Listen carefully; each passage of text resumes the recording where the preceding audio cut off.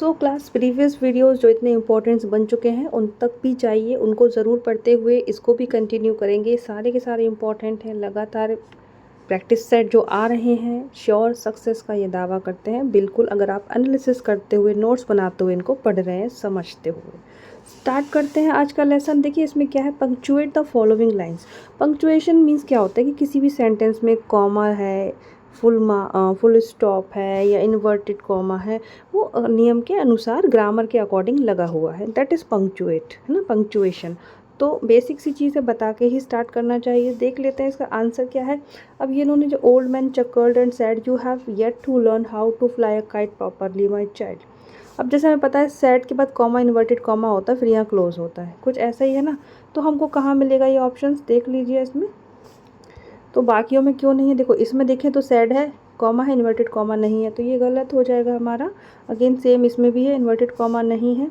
और अब ये आपका नंबर 4 इज़ करेक्ट।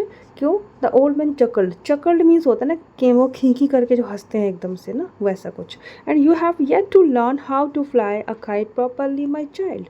तो यहाँ कोई, अब यहाँ देखो क्वेश्चन मार्क लगा दिया, ये सही है लेकिन क्वेश्चन मार्क लगा दिया। एंड एव, तो हाउ से जाके अब कोई बच्चा सोचे हाउ मतलब क्वेश्चन पूछ रहे हैं, बट ऐसा नहीं है, है ना। तो आपका जो करेक्ट पंक्चुएशन का यूज़ हुआ है that is comma and inverted comma in option number 4।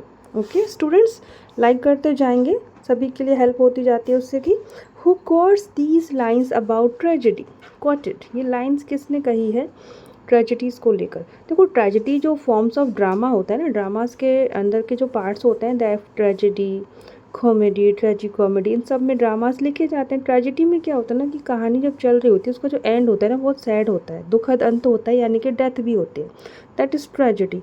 तो ये क्वाट जो कही है ट्रेजेडी के लिए, the plot, plot means main कहानी, कथानक। ओके तो ये जो प्लॉट है is the principal and soul of tragedy, जो कहानी होती है ट्रेजेडीज़ में वो मेन सोल है उसकी। And characters hold the second place, कहानी को प्रायोरिटी दी है किसने, एरिस्टोटल यानी अरस्तु ने। अरस्तु के अनुसार कहानी मेन है, ठीक है, ये बात कही है अरस्तु ने ट्रेजेडी के लिए। ये कोर्स बहुत फेमस है कि अरस्तु, ये प्लॉट वाली जो बात है ना अरस्तु ने कही है। अगेन कई क्वेश्चन कई बार आ चुका है। प्लेटो भी हैं यहाँ पर, और एक और नाम आता है सोक्रेटिस का। तो इनका एक क्वेश्चन बनता है इन तीनों का, प्लेटो, एरिस्टोटल एंड सोक्रेटिस का, कि कौन किसका शिष्य है या कौन किसका गुरु है। सोक्रेटिस है, ठीक है, उसके बाद आ जाते हैं प्लेटो, उसके बाद आ जाते हैं एरिस्टोटल। अरस्तु या एरिस्टोटल इनके गुरु हैं प्लेटो, एंड प्लेटो के जो गुरु हैं वो है सोक्रेटिस। इस तरह से आप याद कर सकते हैं स्पा शब्द से। और ये इंपॉर्टेंट है, प्लॉट को लेकर बात कही गई है अरस्तु के द्वारा। Okay next question is which of the following words are personified. Personified figure of speech है पर्सोनिफिकेशन, जिसमें कि पर्सन की क्वालिटी दे दी जाती है किसी नॉन लिविंग ऑब्जेक्ट्स या आइडियाज़ को। तो इसमें पर्सोनिफाइड किसको किया गया है, थर्स्टी अर्थ, प्यासी धरती। अब थर्स्टी यानी कि इंसानों की क्वालिटी है वो, तो है ना, तो ये आपका हो जाएगा personified figure of speech, option number 3। Question number 4 में देख लेते हैं, शेक्सपियर वॉज बॉर्न, बॉर्न कब हुआ इनका, 1564, 1564। ओके डेथ है आपकी 1616। क्वेश्चन सरफेस लेवल का है, आना चाहिए, रिवीजन हो रहा है, इंपॉर्टेंट है आपके लिए। नेक्स्ट इज करेक्ट सेंटेंस देख लीजिए, number 3, my son is desirous of joining the army. मेरा बेटा बहुत डिज़ायरस है जो आर्मी को ज्वाइन करने के लिए। अब इन ऑन फॉर नहीं होगा, अकॉर्डिंगली समझ लीजिए ऑफ ज्वाइनिंग द आर्मी। और इस तरह के जो सेट आते हैं आपके सामने, ग्रामर के क्वेश्चंस आते हैं, ज़रूरी नहीं हर एक का नियम कहानी जानते हुए पढ़ो, जैसा आया वैसे समझते हुए चलो कि हाँ ऐसा इसको हमको करना होता है। Next one is select the right meaning of the word omnipotent from the following. Omnipotent का मीनिंग पूछा गया है, जैसे सर्वो सर्वा, सर्वशक्तिशाली, ऐसा कुछ। तो one who is all powerful, omnipotent. Okay next one is paradise lost consist of 12 books. कई बार बताया जा चुका है ये क्वेश्चन, अगर ऐसे पूछे पैराडाइज लॉस्ट में कितनी बुक है तो 12 ही बताते हैं, जो कि पब्लिश्ड हुआ था 1674 में, ठीक है। जो कि इसका ये सीक्वल सेकंड वर्जन आया था, इसका जो पहला जो पैराडाइज लॉस्ट इससे पहले पब्लिश हुआ था 1667 में उसमें 10 बुक्स थी। ओके, लेकिन फिर उसको थोड़ा मॉडिफाई करके आया था बाद में 12 बुक्स के साथ। तो अगर क्वेश्चन पूछते हैं, बनाते हैं, तो हमें 12 वाले पे ही जाना होता है, ये कहा जाता है। तो 12 इज़ द करेक्ट, क्योंकि उसमें 10 भी लिखा है, तो मैं आप लोगों को ये क्लियर कर रही थी। 12 is the correct answer. Paradise lost by John Milton epic है, इम्पॉर्टेंट है। द राइटर ऑफ कोरियोलेनिस एक ट्रेजेडी है बाय विलियम शेक्सपियर। तो आंसर इज 3। कोरियोलेनिस क्या है? एक जैसे कि ट्रेजेडी है, और ये कब लिखा गया था? 1689 अबाउट। ओके, इस टाइम का है ये। और शेक्सपियर की डेथ जैसे कि 1616 में हुई थी, तो उसके देख लीजिए लगभग 7-8 साल पहले लिखा था इन्होंने ये वर्क, है ना। तो कोरियोलेनिस, अब ये भी याद रख लो कि ये शेक्सपियर का एक वर्क है, ट्रेजेडी है, ड्रामा है। Next is talking to oneself. इसका मीनिंग बताना है। वन वर्ड सब्स्टिट्यूशन में खुद से बात करना, सॉलिलोक्वी। कैसे? हम देखते हैं मूवीज़ में, सीरियल्स में कैरेक्टर हैं, हमें सुनाई दे रही उनकी बातें, लेकिन वो मन में बात कर रहे हैं, दैट इज सॉलिलोक्वी। ये लिटरेरी टर्म्स हैं, डिवाइसेस हैं, यूज़ होती हैं, इसीलिए यहाँ क्वेश्चन बन रहा है।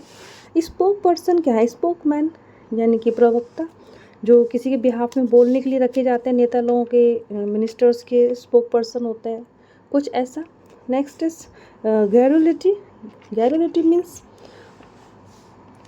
एक्सेसिव टॉक, ज़्यादा से ज़्यादा बात करना, लेकिन क्वेश्चन में क्या कहा है? खुद से बात करना, दैट इज सॉलिलोक्वी, खुद में बात करना। ओके, जबकि तीनों का मतलब बोलने से ही है, बोलने वाले पर्सन। गैरुलिटी मीन्स हद से ज़्यादा बोलना, बट यहाँ soliloquy is the correct answer. बाकी वर्ड्स को भी मीनिंग जानते हुए जाना चाहिए। अगेन पंक्चुएशन का क्वेश्चन है, punctuate the question. I went up to him and held out my hand, how are you? I asked, I am not in hilarious spirit, he answered.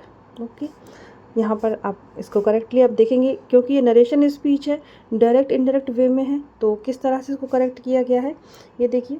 I went up to him and held out my hand, how are you? I asked, मैं उनके पास गया। ये तो normal बात हो गई। फिर जो पूछा, यानी कि ये डायरेक्ट स्पीच है, इसको इन्वर्टेड कॉमा में क्लोज कर दिया। ये रिपोर्टिंग स्पीच है बाहर में, देन आंसर आया तो वो भी रिपोर्टिंग, ये डायरेक्ट स्पीच हो गई, और बाहर आपका ही आंसर्ड लिख दिया। तो यहाँ पर सीधे सीधे बात चल रही है, क्वेश्चन मार्क सही लगाना है, comma, inverted comma, all the. आसान होता है, ये बनता है बच्चों से आसानी से, पर फिर भी संभल के लगाना चाहिए।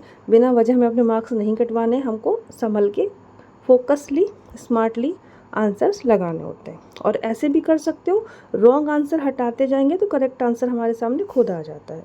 Next question, the fault dear Brutus is not in our stars but in our self that we are underlings. अब ये लाइन्स है, ये कैशियस ने कहा ये बात ब्रूटस के लिए। बिकॉज, क्यों कहा? क्योंकि he was jealous of growing power of Caesar and wanted to incite him against Caesar. क्योंकि वो सीज़र से जलता था, तो ब्रूटस को सीज़र के खिलाफ भड़काना चाहता था कैशियस। तो उसने ये कहा, the fault dear Brutus is not in our stars. Fault हमारे सितारों में नहीं है, but in our self that we are underlings, जिसके तहत हम हैं उनमें है, यानी कि सीज़र में है। कुछ है इसका स्टोरी का, जो आप अगर इसका जो समरी डिटेल से पढ़ेंगे, सुनेंगे, तो आपको क्लियर होगा। और ऐसा ही करना चाहिए। जूलियस सीजर के बहुत क्वेश्चंस आ रहे हैं, इसकी समरी ज़रूर बनती है। सोनेट अब पोइट्री फॉर्म है ये। ओके, फॉर्म्स ऑफ पोइट्री है, 14 लाइन्स की पोएम्स होती है, जिसको हम सोनेट कहते हैं। तो यहाँ ये बहुत आसान सा पूछा गया है, लिटरेरी फॉर्म के तहत क्वेश्चन आया है ये, literary terms, literary forms, poetry forms. Next question is Iliad was first translated into English by, so the correct answer is इसमें नन ऑफ दीज है। क्योंकि इलियाड क्या है? एक पोयम है, ठीक है, जो कि ग्रीक, एंशियंट ग्रीक लैंग्वेज में लिखी गई थी। पोयम है, एपिक है, क्या? इलियाड। किसने लिखी थी इसको? होमर ने, HOMER। अब इसको इंग्लिश में ट्रांसलेट किसने किया था? तो उसका जो करेक्ट आंसर है वो है जॉर्ज चैपमैन, ठीक है, जॉर्ज चैपमैन ने इसको इंग्लिश में किया था ट्रांसलेट। अब ऑप्शन में कोई भी नहीं है, तो इसलिए हमको आना चाहिए कि इलियाड जो वर्क है होमर का है, ग्रीक लैंग्वेज में था, इंग्लिश में लेकर आए थे इसको जॉर्ज चैपमैन, जो कि पब्लिश हुआ था 1616 में, ओके, इंग्लिश में। Who possessed the natural simplicity of Wordsworth, fantasy of Coleridge, melody of Keats and Shelley, narrative vigor of Scott। अब देखो, एल्फ्रेड टेनिसन तो बहुत अच्छे राइटर हैं, इनका भी बहुत कंटेंट बनता है। जिस सिलेबस में ये होते हैं तो उनके क्वेश्चन बहुत अच्छे बनते हैं। अल्फ्रेड लॉर्ड टेनिसन के, ये वो बंदे हैं विलियम वर्ड्सवर्थ के जस्ट बाद पोएट लॉरिएट बने थे 1850 में। तो इन्होंने सबसे कुछ ना कुछ क्वालिटीज़ कैच करके अपनी जो स्टाइल था राइटिंग स्टाइल में भरी थी। तो सिंप्लिसिटी ली वर्ड्सवर्थ से, फैंटेसी कॉलरिज से लिया, मेलोडी कीट्स से लिया, इन्होंने शैले से लिया, नरेशन कैसे करना है स्कॉट से लिया। ये सब बात चल रही है अल्फ्रेड टेनिसन के बारे में। Next is in Milton there is always an appearance of effort. Milton का कंटेंट आप पढ़ोगे तो आपको लगेगा कि इतना एफर्टली लिखा है, बट शेक्सपियर में ऐसी चीज़ मुश्किल से ही मिलती है कि उन्होंने एफर्ट से लिखा है। ये बात किसने कही है इन दोनों के बारे में? विलियम हैज़लिट ने ये कमेंट किया है मिल्टन और शेक्सपियर के बारे में कि मिल्टन को लगता है कि बहुत एफर्टली लिखते हैं, शेक्सपियर ईजिली लिख देते हैं। Okay, next question is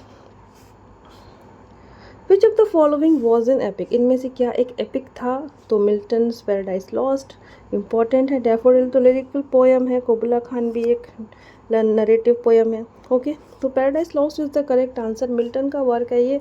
Milton की थोड़ी फिर से हम लोग रिवाइज कर लेते हैं। 1608 इनका बर्थ है, 1674 इनका डेथ है। पैराडाइज लॉस्ट आपका जो है पब्लिश हुआ है, देखिए अभी मैंने बताया था 12 बुक्स के साथ कब पब्लिश हुआ था, तो वो हुआ था 1674 में। ओके, 1674 में 12 बुक के साथ ये पब्लिश हुआ था पैराडाइज लॉस्ट। ओके, रिकलेक्ट करो, मतलब कि थोड़ा सा रोमियो जूलियट जो आपने स्टोरी जानी है, ड्रामा है शेक्सपियर का, और बताओ कि ये इस बात का क्या मीनिंग है। My life is my foe's डेप्ट। Foes means enemy. मेरी लाइफ जो है ना मेरे दुश्मनों के, हाँ मतलब एक ऋण है उनके हाथों में, वो उनके हाथों में मेरा है ये मेरी लाइफ। क्यों? That he loved Juliet who was the daughter of the enemy of his family. ये एक ऐसी कहानी है, दो फैमिलीज़ में बहुत ज़्यादा हेट्रेड होता है, मतलब बहुत ज़्यादा पीढ़ियों से, जनरेशन से झगड़ा चला आ रहा है, एक बहुत ही ज़्यादा डीप लेवल का कोल्ड वॉर। लेकिन उनमें ही उन दोनों फैमिलीज़ के जो रोमियो और जूलियट के बीच लव हो जाता है। तो वो ये बात रोमियो के द्वारा कही जाती है कि मेरी लाइफ यानी कि जो जूलियट है मेरे दुश्मनों के हाथों में मेरा लाइफ है वहाँ। तो इम्पॉर्टेंट है इसकी कहानी, सुनिएगा। और बॉलीवुड की ज़्यादातर मूवीज़ इसी पे बनती हैं जिसमें कि एंड में ट्रेजेडी में डेथ होती है, रोमियो जूलियट मर जाते हैं। तो बॉलीवुड मूवीज़ जितनी भी ऐसी हैं जिसमें कि एंड में हीरो हीरोइन की डेथ हुई है वो इसी पर ही बेस्ड होती हैं। अच्छा, तो रोमियो जूलियट लिखा कब गया था? 1597 पे। Okay, so by William Shakespeare. One of the best plays, The Tempest. Tempest is the last of Shakespeare's play. He was inspired to write it.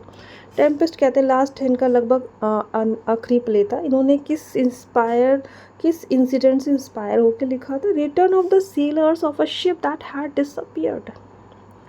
ठीक है, एक शिप जो कि खो गई थी, उसमें से कुछ सेलर्स बच के आ गए थे, ये घटना कुछ घटी होगी, उस पर बेस्ड उन्होंने टेम्पेस्ट ड्रामा लिख दिया था। Next is what is the year of death of Shakespeare. Shakespeare की डेथ हुई है 1616 में। 16 हमको पता है, अगेन भी 16 है, 2 बार 16 है, कुछ ऐसे आप इजीली याद कर सकते हैं। मर्चेंट ऑफ वेनिस कब प्रोड्यूस हुआ था? दैट इज़ 1598 इसमें लिखा है। तो देखिए जैसे कि हम लोग करते हैं ना 1596 to 98 लिखा है, तो लेकिन हम 98 पे जाएंगे क्योंकि वही लास्ट जा रहा है। 1598 प्रोड्यूस हुआ था, फर्स्ट परफॉर्मेंस हुआ था। मर्चेंट ऑफ वेनिस कॉमेडी है। कॉमेडी मतलब जिसका अंत सुखद होगा, ऐसी कहानी जिसमें पॉजिटिव एंडिंग होती है, अच्छी एंडिंग होती है, हैप्पी एंडिंग होती है। मर्चेंट ऑफ वेनिस के मेन कैरेक्टर है Antonio. Lycidas is Milton's what? A pastoral elegy. Elegy क्या होता है? शोक गीत होता है जो किसी की मृत्यु पर लिखा जाता है। जब भी कोई पोयम एलेजी है तो उसका क्वेश्चन ये बनता है कि ये जो शोक गीत है वो किसकी मृत्यु पर लिखा है और किसने लिखा है। तो लिखा तो मिल्टन ने है, किसकी डेथ पे लिखा है? अपने फ्रेंड एडवर्ड किंग। इनके जो फ्रेंड थे एडवर्ड किंग, उनकी डेथ हो जाती है, तो उनकी याद में इन्होंने ये लेसिडास पेस्टोरल एलेजी लिखी थी, जो कि पब्लिश हुई थी 1638 में। Okay, bye John Milton. When was paradise lost completed by Milton. अब पैराडाइज लॉस्ट के क्वेश्चन कितने बनते हैं? देखो, पहली बार पब्लिश हुआ था 1667 में, जिसमें कि 10 बुक्स थी। फिर आया 1674 में, जिसमें कि 12 बुक्स थी। अब यहाँ पूछ रहे हैं कंप्लीट कब हुआ था, तो 1667 से पहले 1665 में ये कंप्लीट हुआ था by Milton. Okay, John Milton. Epic है ये। Who is the author of lyrical ballads. Lyrical ballads के ऑथर वैसे तो देखो दो थे, एक है विलियम वर्ड्सवर्थ और एक थे हमारे कॉलरिज। ऑप्शन में नहीं है तो वैसे बताना ज़रूरी है। तो विलियम वर्ड्सवर्थ एंड कॉलरिज ने मिलकर ये वर्क पब्लिश कराया था लिरिकल बैलाड, जो कि पब्लिश हुआ था 1798 में, और इसी साल से ही रोमांटिक मूवमेंट स्टार्ट होने की शुरुआत मानी जाती है। तो लिरिकल बैलाड है by William Wordsworth. Next one is whom does Milton accuse in Paradise Lost. अब पैराडाइज लॉस्ट में इन्होंने किस पे आरोप लगाया है कि ये जो लोग हैं ये सन्स ऑफ बिलियल हैं। बिलियल मीन्स शैतान, phloem with insolence and wine. Insolence means मतलब बिल्कुल जिनमें मैनर्स नहीं होता है ना, वो ऐसे लोग हैं, ऐसे बच्चे हैं ये बिलियल के, शैतान के बच्चे हैं। किसके लिए कहा था? इन सब के लिए कहा था इन्होंने। Anglican clergy, Cavalier poets, the opponents of the Commonwealth, इन सब के खिलाफ इन्होंने कुछ इस तरह से अपनी बुक में बताया था मिल्टन ने। Each of the following sentence is divide. अब देखो ये जो सेंटेंस है, सेंटेंस यहाँ है जिसमें हमें गलती निकालनी, पर इतनी कहानी ये ऊपर लिख देते हैं और एग्जाम में भी ऐसा डिटेल्स होता है, हमारी आती है एनर्जी ऊपर। तो इस तरह के क्वेश्चंस आए तो जल्दी से पढ़ते हुए मेन कंटेंट पे पहुँचे और अपना आंसर दें। तो कह रहे हैं he could not do otherwise but to obey the orders. गलती है इसमें थर्ड वाले में, कैसे गलती है? टू नहीं आना चाहिए था, बट ओबे द ऑर्डर्स डायरेक्टली आ जाएगा आपका। तो ये रहे आज के आपके पूरे ही क्वेश्चन। टोटल 25 डिस्कस किए हमने। लाइक करके शेयर करते हुए आगे बढ़े। खुश रहें, पॉजिटिव रहें। जय Hind. Thank you so much.